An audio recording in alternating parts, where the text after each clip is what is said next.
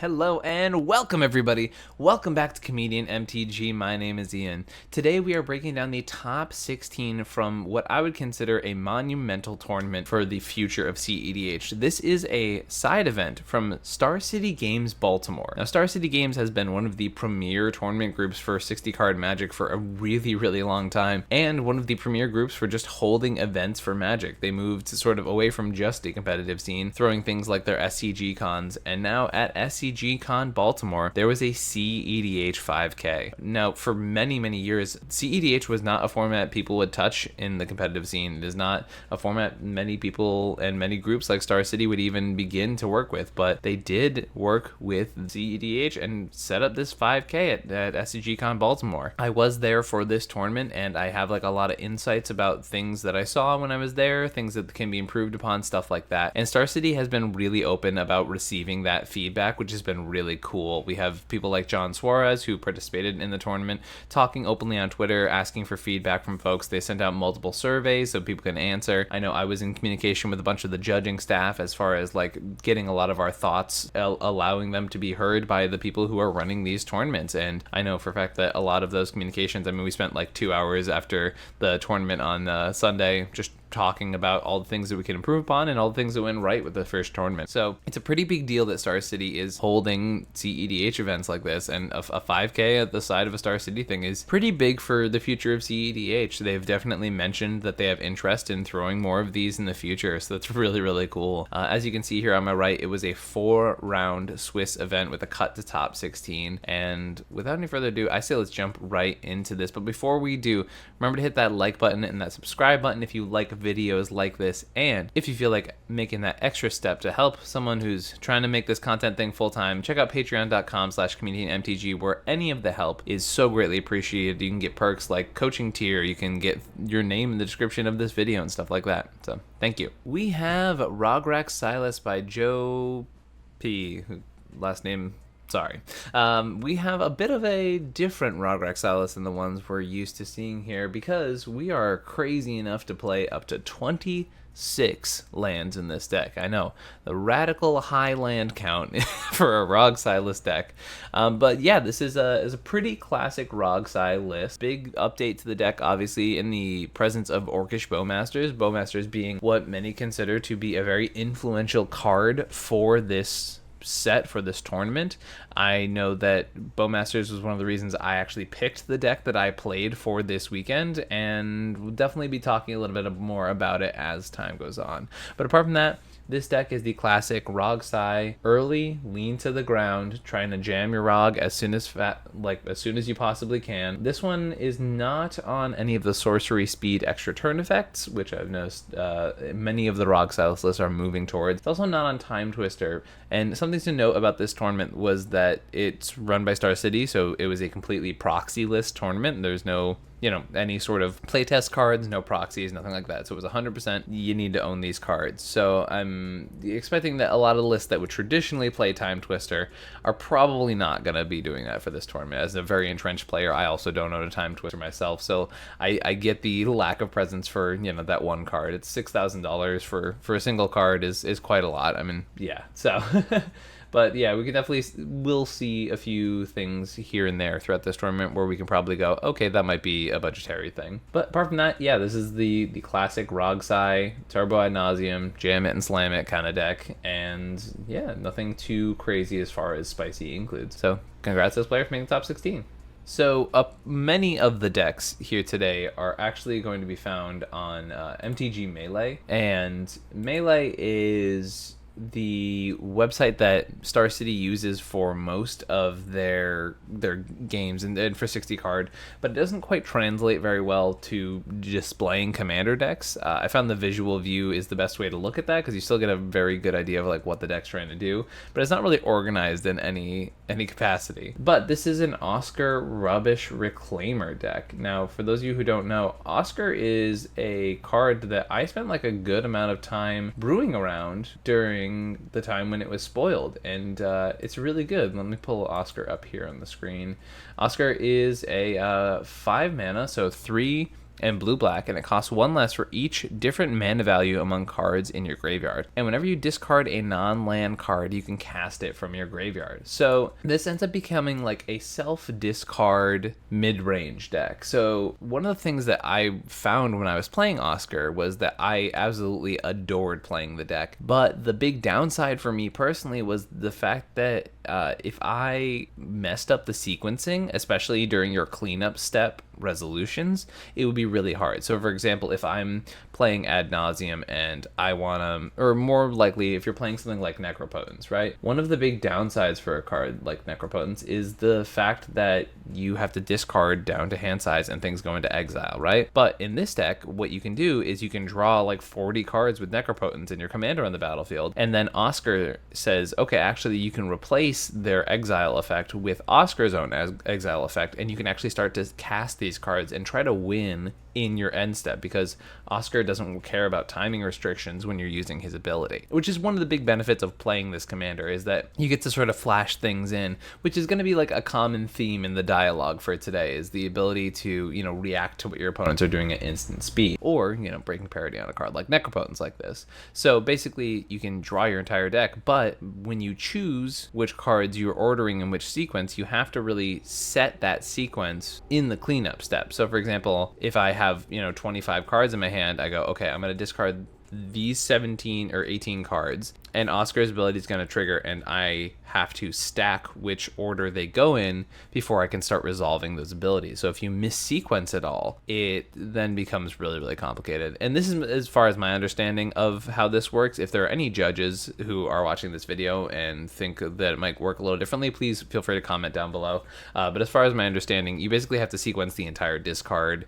sequencing for casting spells through Oscar, which is a little bit complicated. And I know for me in a tournament setting, it would make me pretty nervous because I would be worried that the sequencing would get thrown off and therefore I would mess up. But as I mentioned, one of the big benefits of this commander is this instant speed discard stuff. So, you know, being able to play an Oblivion Crown on your commander, which one you can flash in, right? So you can flash this in, say you have Thassa's Oracle and Demonic Consultation in your hand, your opponent goes, okay, I'm going to try and resolve a game-winning Ad Nauseam. They fight over it, and that Ad Naus is still on the stack. What you can then do is go, okay, I'm going to flash in my Oblivion Crown. I'm going to discard my Thassa's Oracle.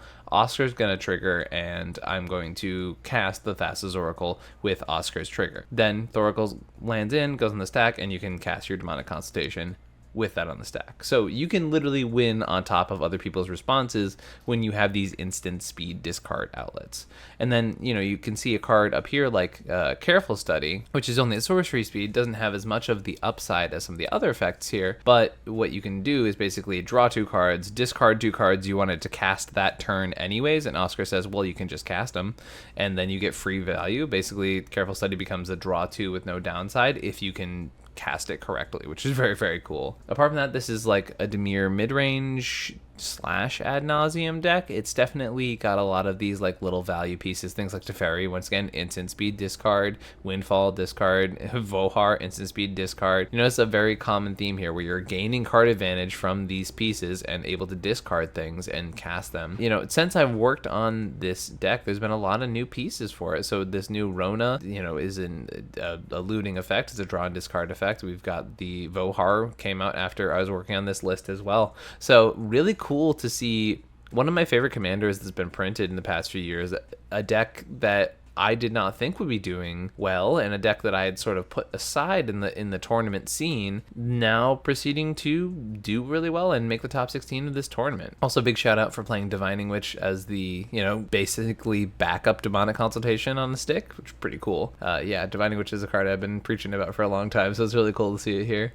So this one is by Derek Harris, and it says Timna the Weaver. For some reason, the deck failed to recognize that this is a Timna Jeska deck, so you'll see Jeska down here in the 99 of this list. But this is a Timna Jeska Turbo Ad Nauseam style deck. There's been sort of a schism I've noticed in the Timna Jeska play of whether people are playing it as a Turbo Naz deck or if they're playing it as a Hordling Broodlord Reanimator list. This one doesn't seem to be playing any reanimation, actually, which is very interesting. Like, they're not even on World Gorger Dragon, which is a very traditional option for this deck. They are on Orcish Bowmasters running Mana Tithe. Just as a spicy option here, I guess, which is pretty funny. But yeah, this is a pretty solid Turbo Nas deck. I'm noticing, like, Auriok Salvators is the one way I'm seeing to actually generate infinite mana with the deck, unless there's a Cloudstone Curio that I'm missing. Yeah, so there's not a Cloudstone Curio, there's no Magda. So yeah, Auriok is really the only way I see that actually just turns infinite mana on to kill your table with Jeska, which is pretty interesting. I feel like playing Cloudstone with Dockside is like pretty free for the most part. And people are feel free to disagree with me on that, but you're gonna play Dockside no matter what in these type of decks, and occasionally just being able to turn that Dockside into a win condition, especially when you're playing all these like tiny dorky creatures. You're already playing Burgy, which cheapens how much that combo actually costs. Yeah, it's very easy to, I feel, pop off with that combo in this list. We also have Orcish Bowmasters here. Once again, I had a feeling there were going to be a lot of people playing it. I will also say, much like the tournament I reported on last week, I think there was definitely some confusion about the legality of Lord of the Rings for this tournament. So you'll notice some players were very aware of that inclusion, and other players were not including, certain Lord of the Rings pieces where it may be very obvious that they would want to be played. But yeah, this is definitely a Tymna Jeska mid-range plan. A few less combos than I think the average list has, and yeah. We have I Nasty Lost in Translation post Lord of the Rings by Surge1337. So this is a much more classic Rog Silas list, back down to 24 lands. I know many of the Rog Silas players can take a big breath of relief after realizing that Rogside players are back to playing so few lands. We have another situation here where there's no Time Twister in this list, but we have Wheel of Fortune, Wheel of Misfortune, and Windfall. This list is playing 2 sorcery speed extra turn effects, so this one opting to play all 3 of the take an extra turn effects for Rogside list. This one's on days as well, so very low to the ground Rogside list, taking advantage of Born Upon a Wind, the brand new card from Lord of the Rings, which allows you to cast any spells as though they had flash. So you can do some real nasty stuff with this card, basically creating situations where you can win on top of other people's win conditions. And in Rogsai, which is a deck where it's going to go fast but also has to be restricted to sorcery speed, then suddenly having Born Upon the Wind say, actually no, instead I'm going to combo off on top of you, is quite scary. I think this card is potentially very, very strong in the format. It also has a potential to be a do-nothing card for sure, but I have a feeling a lot more players are going to have wins stolen from them because they lost to this card resolving on top of someone else's things. But yeah, apart from that, nothing too crazy in the list. Pretty classic Rogsai, 24 land, Turbo Adnaz deck. We have Florian Valderan Scion in this list over here by Tigris. This list is pretty sweet. I know we have Max, who's very much known for playing this deck to several top 16s, and actually Max was present at this tournament playing a Tymna Jeska deck instead of Florian, and ironically a Florian deck made it in, so maybe Max made the not the best call for this tournament. But Florian here doing very solid work. It's just been a deck that's been rocking these top 16s, nothing like too crazy, not a ton of top 4s, but competent pilots are showing up with this list, and I actually did play against this pilot in, I want to say, the 3rd round of Swiss, and we had a pretty decent game. But yeah, they were very clearly good at like resolving their Florians, going into combat, and taking advantage of the fact that Florian can at times dig you 7, 8, 9, 10 cards deep with its abilities, and hoping that digging super deep into your deck and having a bunch of very fast ad nauseum style payoffs will eventually get you there. This list running a lot of the classic Turbo Nas options, not opting for anything crazy like any of the Reanimator stuff. Just a pretty classic Florian beatdown mid-range deck. We have a thracios Bruce list here by Nate. This is a pretty classic Dawnwaker list. The only real change I've noticed from the primer list is that we have Delighted Halfling here. And as we mentioned earlier in the video, a lot of these decks are over here on MTG Melee, and I just want to take a second to thank the folks over at EDH Top 16 who I know for a fact were given mostly paper deck lists and a few digital deck lists for this tournament, and had to get all of these decks up on either either melee or just manually type in each and every one of these decks. So while this isn't the typical way that we like to explore a deck list in cEDH, we like to use apps that are a little bit more used to a commander deck list. Still got to shout out the folks who literally spent hours working through these decks and trying to get them available to people, because I mean, it literally took 2 weeks to get everything going because of how much work there was to do. So shout out to the folks over at EDH Top 16. But as I mentioned, we're looking at a pretty classic Dawnwaker thracios list with thracios and Brewstarl as the commanders. We have Winds of Abandon here as one of the spice cards. I know I've been talking to folks a decent amount about playing that if they're really worried about the creature matchups, and thinking about decks that are starting to pop up in the format, like Tayam repeatedly showing up. That's a deck that really hard loses to a board wipe or two, and if you're worried about decks like that, like Kinnan, like Winota, then having a piece like Winds of Abandon seems pretty solid. Also playing Snap, because I know there's a number of players in the Dawnwaker Discord who are really high on Snap. I'm not one of those players. I know the benefits of playing Snap. I just find that in a deck like Dawnwaker, you want a bit higher card quality for your options, and a bounce spell that happens to refund you a bit of mana is not that great in my opinion. There's also lines with Snap and Eternal Witness. If you have enough creatures with Gaia's Cradle, it allows you to tap for more mana than it costs. As long as you have a blue land and a Gaia's Cradle, then you can keep playing your Eternal Witness over and over again. And if you have enough mana, I believe it's 4 mana generated from, because you need 1 blue, so you need blue and 5, so you need 5 creatures, including the Eternal Witness, to make that an infinite combo. As I said, it's not a combo I'm really a big fan of relying on. I'd much rather worry about the Derevi Bloom Tender stuff that is available for this deck, which I believe this list did update to those lines. Yes, we have Derevi here, and I believe we have Bloom Tender. Yeah, so a lot more of those clean non-artifact combos in the list for sure. We have Attraxa, Grand Unifier by Nature AOH. Attraxa just showing up repeatedly. This is one of 2 Attraxa decks in this top 16, each of them with their own unique, takes on cards and things like that. I love seeing a Bloom Tender in an Attraxa deck. I feel like this card has just been left out of a lot of Attraxa lists, which I find very interesting, but I find that Bloom Tender is one of the most consistent pieces in the format right now. Chain of Smog, very interesting inclusion in this list. I'm wondering if we're seeing a Witherbloom Apprentice?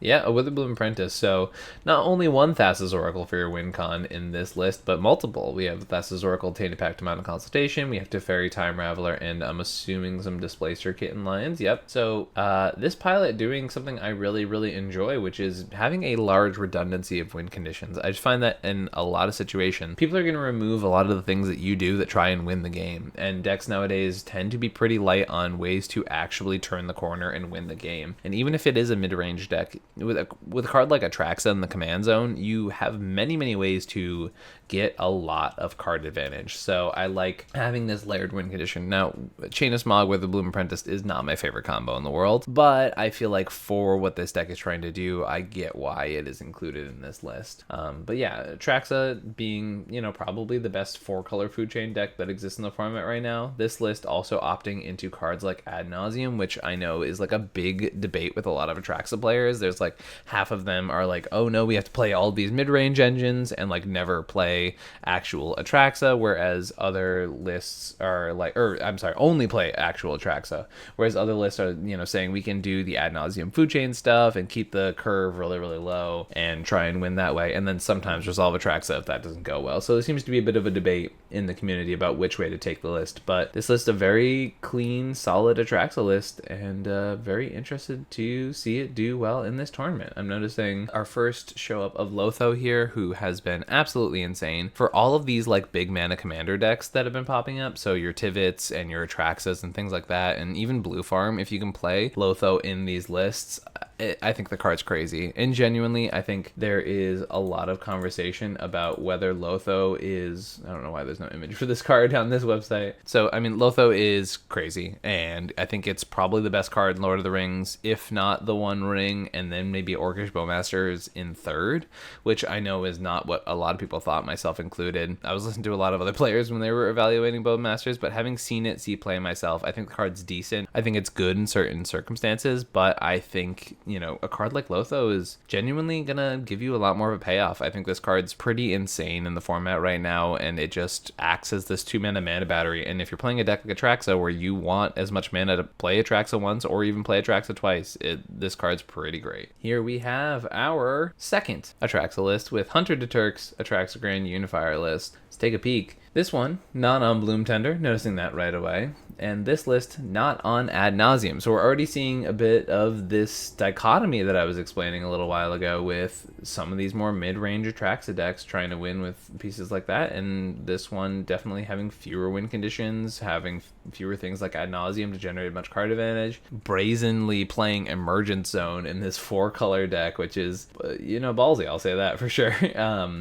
You know, I love the inclusion of Kinnan in these big mana decks. I feel like not enough decks are playing Kinnan as just like a mana generating engine. I actually saw it for the first time used in such a fair way when I was watching Accepted Alex's Kenrith list, which I thought the inclusion of Kinnan in a list like that with Kenrith, where you want to be doubling your mana all the time, I thought Kinnan was a really smart inclusion, and I really like it in Attraxa, where you're really trying to get your Attraxa pretty early on. This is another food chain Attraxa list, so trying to win that way. Seems they have Thassa's Oracle as the other win condition, but... Oh, and the Teferi Time Raveler and Displacer Kit and stuff we talked about beforehand. But this one definitely leaning into a few more mid-range engines, playing Necropotence, which I don't know how I feel about that in an Attraxa list specifically, but I can also see the fact that with Attraxa, you do tend to run low on resources pretty early on, because you're just dumping your hand that's full of mana. So very interested to hear in some of these choices with this list. But another Attraxa list making the top 16. I'm wondering if Delayed Halfling has anything to do with this deck being a little more consistent. But I mean,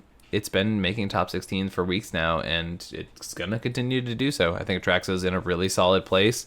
Once again, as I've mentioned multiple times on this channel, I have a bit of soft spot for it. I think it's a really cool card, and very glad to see it do well here. We have Colton Turk with Najeela the Blade Blossom. I'm very interested that the two most recent players we talked about both have the same last name, so it'd be kind of cool if the 8th and 9th place players are related. It's a pretty cool thing to happen. Or even crazier, the 8th and 9th place players happen to have the same last name.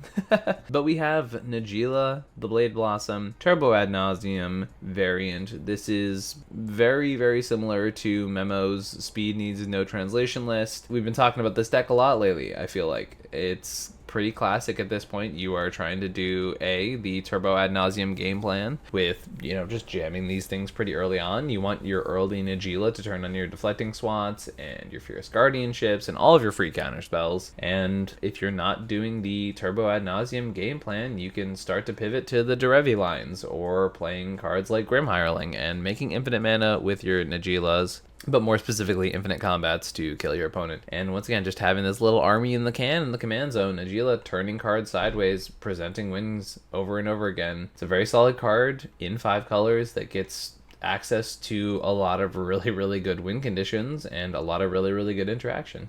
We have Tyler B with Kinnan Bonder Prodigy. Tyler being Tyler from the YouTube channel Play to Win. I played against Tyler in the top 16 of this tournament, and it was a very interesting game. Let's break down Tyler's Kinnan list today. Now, if you want any of the content about this Kinnan list and many of the decisions that went into building this list, Tyler is, once again, from the channel Play to Win. So feel free to check out his YouTube video, which I can leave in the description if I remember to do that while uploading. But you can check out that video because I believe he has a whole hour-long deck tech about this deck. Kinnan, as we know, is a deck that I have a fondness for and a deck that I have taken to multiple tournaments. So Tyler and I have definitely talked about this list and the differences between our lists for sure. One of the pilots who convinced me to run Coma in the deck, absolutely. Tyler's on Lodestone Golem in this list, which is really cool because it's one of my pet cards and I keep wanting to play it in Kinnan, but then keep getting worried about shutting off my own free interaction. But I do genuinely adore this card. For those who don't know, Kinnan obviously wins with the infinite mana Basalt Monolith combos, taking your Basalt Monolith and being able to tap it for 4 with Kinnan and untap it for 3, generating infinite colorless, and then using cards like Mirage Mirror to be able to filter that mana into stuff and filter it into specifically Kinnan activation. Although, unless I'm crazy, I'm not seeing a Mirage Mirror here in Tyler's list, which is very interesting. So I guess thracios and Treasure Vault seem to be the ways that Tyler is able to filter the infinite mana into Thracios activations, or into specifically the colorless mana into a win. I know when I've talked to Tyler about this list before, he's mentioned that the Basalt Monolith combo is not one he tends to jam very as frequently as other lists do, and that he prefers to sort of go for this big flip game plan to win with cards like Perplexing Chimera, which he's kind of known for being the person to really make that a very popular choice in this deck. Tyler's mana base always scares me. I could never play this version of the deck with a bunch of colorless lands like Urza's Saga, and I believe Homeward Path is also in the deck. And Homeward Path obviously having a bit of synergy with the Perplexing Chimera thing we just talked about. But yeah, the mana base in this deck always terrifies me. It's also on Tree of Tales and Sea of the Synod to turn on early Mox Opals, which would, once again, that mana base terrifies me so much. But Tyler has very consistently performed quite well with this deck, and I know for a fact that he was actually in the top 16 of Oktoberfest with this deck as well, but actually had to leave because the tournament got pushed so far back that he was going to miss his flight. So Tyler's been doing pretty consistently well when he actually does go to tournaments with this list, and it's pretty interesting to see the deck. There's definitely a lot of like really cute intricacies to this list that I think are really well explained in the Play to Win video. So as I mentioned, go check them out. They're obviously a great channel, and if you're watching this channel, you probably know who they are too. We have another Najeela list. Luckily, we're back over here on Moxfield, make it a little bit easier to see, but this is pretty similar to the ones we've been talking about here. We have top 16 performance here by Azrael. This is a Tempo Najeela deck featuring the new Orcish Bowmasters and Samut, Vizier of Noctiman. Samut being one of those cards that's like just very, very good with what Najeela's trying to do, turning your attacks into multiple card draw, which is pretty cool. Getting a card itself as soon as you attack too. And then obviously we got this, 28 land, Turbo Ad Nauseam, Intuition for Savines, Underworld Breach, winning with one card win conditions, classic Najeela thing. I mean, it's arguably top 2 decks of the format, if not the best deck in the format. It does it really well. It does the thing very efficiently, and if you want to do well with this deck, you're most likely going to do so by playing it.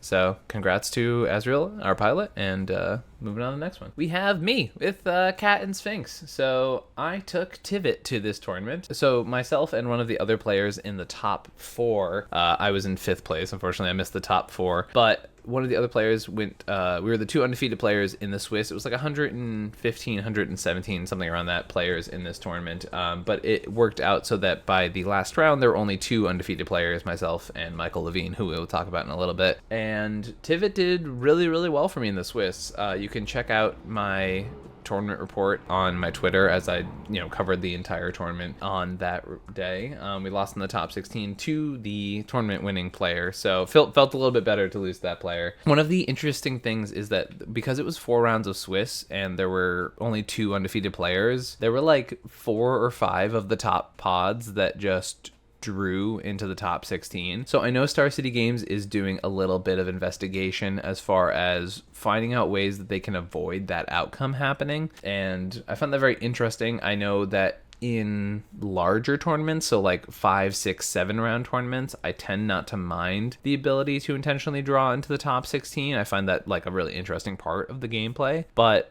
I understand when it comes to a 4-round tournament like this one, how that really tips the scales and sort of takes a lot of agency out of the last round of Swiss and sort of robs people of their chances of performing. So that part is very interesting. So yeah, this is my Tivit list from this tournament. The reason I played Tivit, because I actually had every intention of going in and playing Dawnwaker into this tournament, because I just did well with it recently at one of the most recent Mox Masters. But to me, I picked Tivit because I didn't want to lose to Bowmasters, basically. I had a feeling Bowmasters was going to be overrepresented in the tournament, and it was one of those things where I didn't want to take the risk on it. I know that, or at least going into the tournament, I had a feeling that Bowmasters was being a bit overhyped and that it wasn't as scary as people had made it sound to be, that it was just going to be a piece in the format. But I didn't want to take a risk of playing a deck that easily folded to it if people were going to be over aggressively playing the card. So that's why I played Tivit.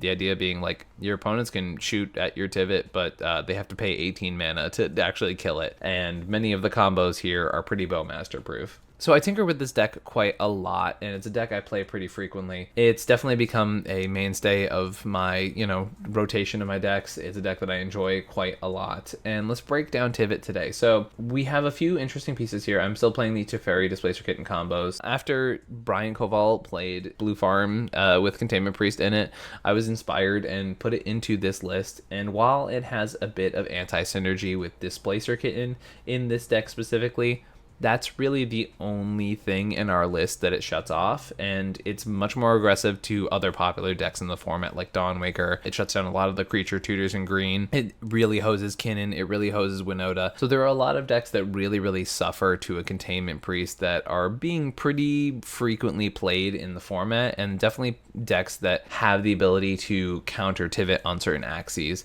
So I've been really enjoying Containment Priest, even though once again it does shut down our Displacer Kitten. I have Lotho in here, the Corrupt Sheriff. I didn't really see him a ton in this tournament, but from what I heard from other players in this tournament, Lotho will be staying in here for quite some time. I was playing the new Bowmasters. I think the card is very solid. I think it's just okay in this deck. I sort of tutored for it in the top 16 in a situation which I could have tutored for other cards, but I thought to myself, let's see how good this card is in this situation. And it had the potential to be, but ended up kind of whiffing a little bit because I think I just played it at the wrong time, and tutoring for it probably wasn't the call. I should have tutored for Drawn on Linval, and I think that would have been a very different top 16 matchup. Speaking of which, I don't know if I've had a tournament success with this deck since I've included this, because I haven't played it in a tournament in quite some time, or at least a tournament that I've reported on in this channel. I've played it in a number of local tournaments. But Drawn on Linvala is absolutely rad. It's a one-sided curse totem and a curse totem that allows you to steal the abilities of your opponent's creatures. I added Ranger Captain since the early versions of this deck, so Drawn on Linvala not shutting off Ranger Captain and Urza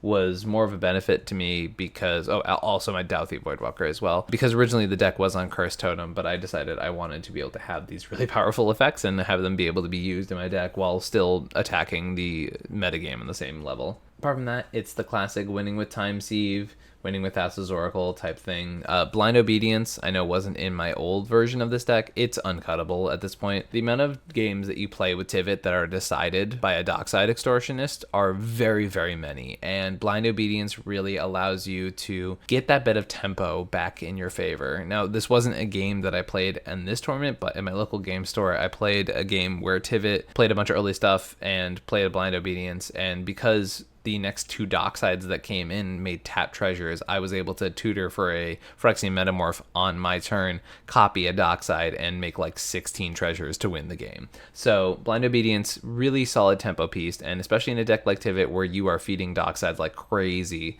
it helps a ton to be able to have that turn to dig for a Cyclonic Rift, to be able to dig for a copy of your own Dockside, for your opponents to go, okay, we need to kill this player before they can untap with that many treasures. Definitely a very strong and solid inclusion in this deck. But yeah, apart from that, classic Tivit deck. Phyrexian Metamorph, all-star of the list. I was playing Phantasmal Mid for a while, but literally had multiple situations in which I was like, oh, if this was a Phyrexian Metamorph, I would have won the game here. And with that happening once, nevertheless, 2 or 3 times was enough for me to go, okay, this needs to be a Metamorph. But now let's move on to our top 4. Remember, as we're going into this top 4, if you enjoy videos like this, make sure to hit like and subscribe. It helps out the channel a ton. And check out that Patreon. We have so many perks going on right now. We have your ability to put your name in the show notes. We have our $10 and up patrons voting on which commanders I'm doing monthly live brews on here on the channel. We have so many things going on, so many little benefits. The Patreon tiers are going to be looked at and restructured, as well as reminder that I do cEDH coaching. So if you want to get that next level up in your game, if you want to get lessons from somebody who's had repeated top 16s, top 4s, tournament wins, you can check out my coaching. So you can either message me on comedianmtg@gmail.com, you can hit me up on Twitter, you can hit me up on Discord, or make sure to leave a comment on this video and I'll give you those links as well. All of that information is going to be in the description of this video as well, so feel free to hit me up about cEDH coaching. And if you also want to get that through Patreon, there's a Patreon tier that still has, I believe, 2 or 3 slots as of the time of the recording of this video if you're interested in that coaching. But without any further ado, let's jump into the top 4. We have a Sissy deck by Trent Corey. Let's check it out. As we know, I'm a bit of a sucker for 5-color Sissy. I've been playing it a lot lately, and it's really interesting and a deck that I enjoy quite a a lot. We have a couple of the new cards from the new set still struggling to show up on this deck. But the cool part about 5-color Sissy is that they can be built so many different ways, and I would love to talk about those differences right now.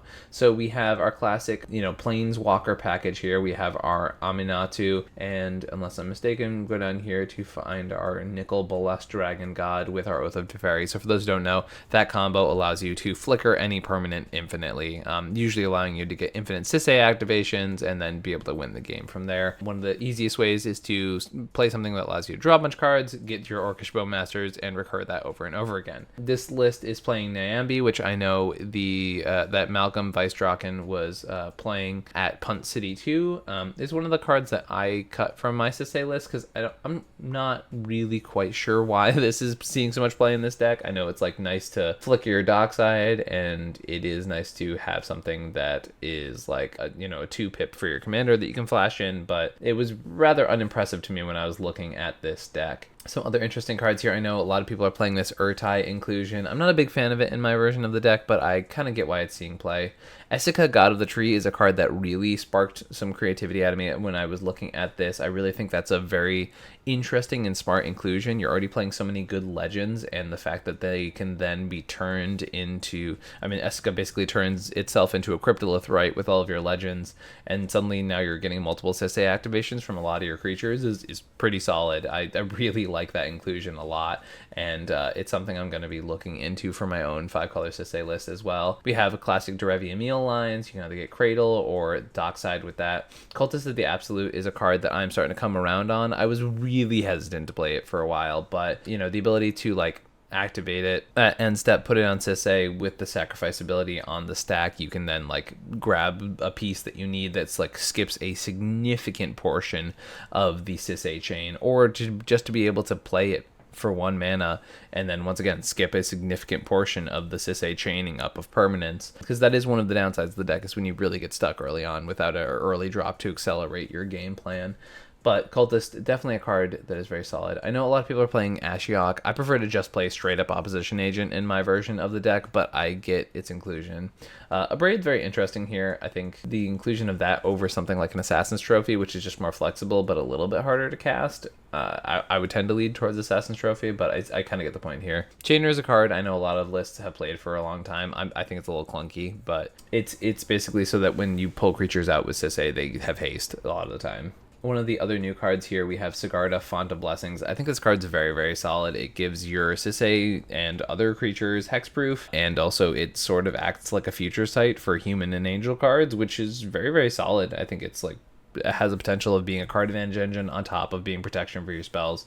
So I think it's a pretty cool inclusion here. And apart from that, it's this is a pretty classic Sissy list. We have the new Jarina also from the new March of the Machines Aftermath, which is pretty interesting because it actually acts as a protection for your Sissy, because it gives them hexproof and indestructible if you sacrifice Jarina, while also giving you 2 pips for activation. And then this is another one of those lists that has Gigantha in the main board, which I don't know how I feel about it. I don't think you really need that, but I guess with Cultist and accelerating your lineup pretty quickly, it definitely makes a clean way of just making your own Bloom Tender off of a Sissy activation. But yeah, congrats to this pilot, and congrats for making the top 4. Okay, we have I'm not even going to try and pronounce that. SCGB more TEDH less Band Bowmaster by Twang. So this is a Tim Necron Blue Farm style list, running 1 wheel with the new Bowmasters. So Bowmasters being the newer inclusion. This is a 12 creature Blue Farm list, which I know a lot of players are kind of moving away from playing so few creatures in this deck. We're up to 15 artifacts here, and Touch the Spirit Realm I'm seeing as a piece in Blue Farm more frequently. Very interesting to see that card is just showing up repeatedly.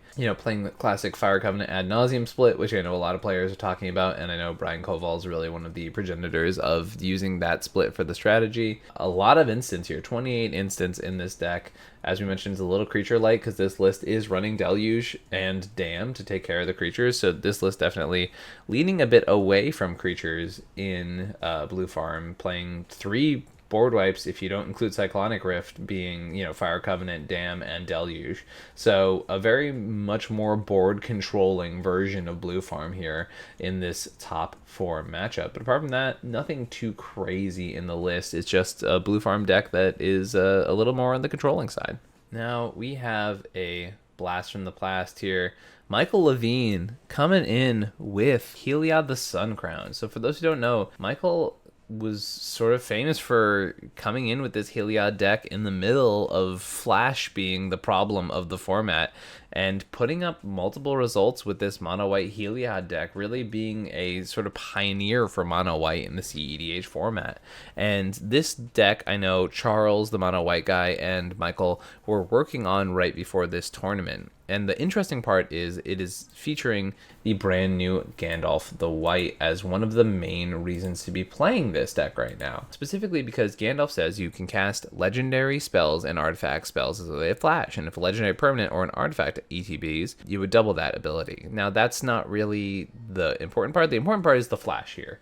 Because if you notice, this list has Gandalf, it has Liberator, Urza's Battlethopter, and it has Shimmermere. This is a full mono white flash combo deck. So for those who don't know, Heliod wins with either Triskelion or Walking Ballista, and what it does is if you give either of those permanents lifelink, they are able to remove a counter, deal damage to an opponent. Because they have lifelink, they gain a life. Heliod puts a counter back on them. So Heliod plus Ballista or Heliod plus Triskelion, and the ability to give one of those permanents lifelink or put a counter on something allows you to go infinite with those cards. So then the rest of the deck, as I mentioned, is a bunch of things that allow Flash to be a thing. We also have Winding Canyons here, straight up a land that gives Flash to your permanents. And I'm curious now, is there an Emergent Zone here too? Yeah, so really just 5 separate ways to grant Flash to your permanents to be able to try and win over the top of other things. And as I mentioned, the ability to, in a 4-player game, say, this is my moment to win the game, I'm going to do it right now, is really, really strong.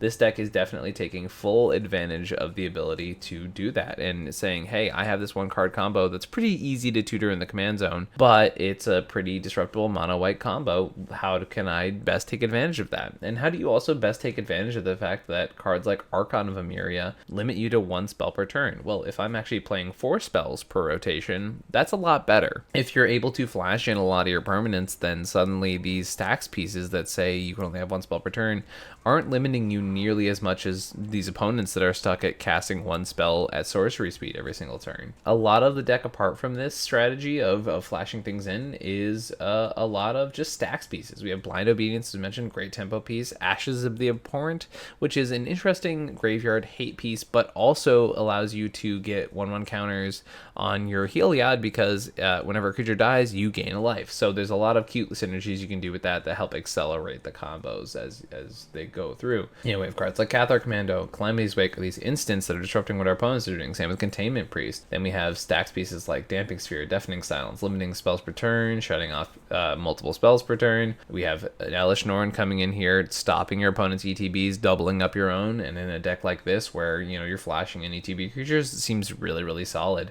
We have a bunch of other stacks pieces throughout the list, and other pieces that, when given flash, are super disruptive to what your opponents are doing. We also have a Mishra's Workshop here, which definitely helps when you're trying to accelerate some of these early artifacts. If you have, your turn 1 Liberator or your turn 1 Shimmermere, definitely changes when you have a Workshop for sure. So yeah, this list is pretty solid. Reverent Mantra is a really cool spice piece that I wanted to point out. It says you can exile a white card from your hand instead of paying it, so it's the white Force of Will. And then all creatures gain protection from the color of your choice until the end of turn. I think that's just all creatures.